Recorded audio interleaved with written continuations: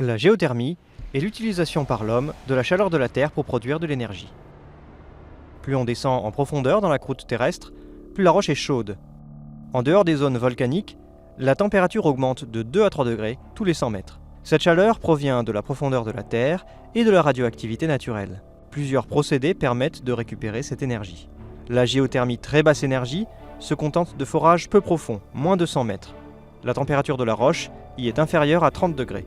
De telles températures conviennent pour chauffer des maisons individuelles sur lesquelles il faut installer un système de pompe à chaleur. La géothermie basse énergie nécessite de s'enfoncer plus profondément, avec des températures entre 30 et 150 degrés. L'eau de pluie, qui s'infiltre dans le sol et se réchauffe au contact de la roche poreuse, est extraite par forage.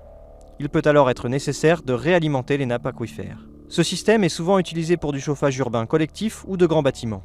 La géothermie haute température nécessite, elle, d'atteindre 1500 mètres de profondeur.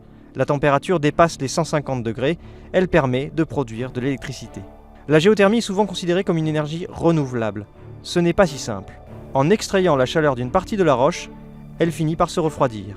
On parle donc de gisement géothermique, comme pour une mine de charbon. Si on ne l'exploite plus, un gisement peut se reconstituer.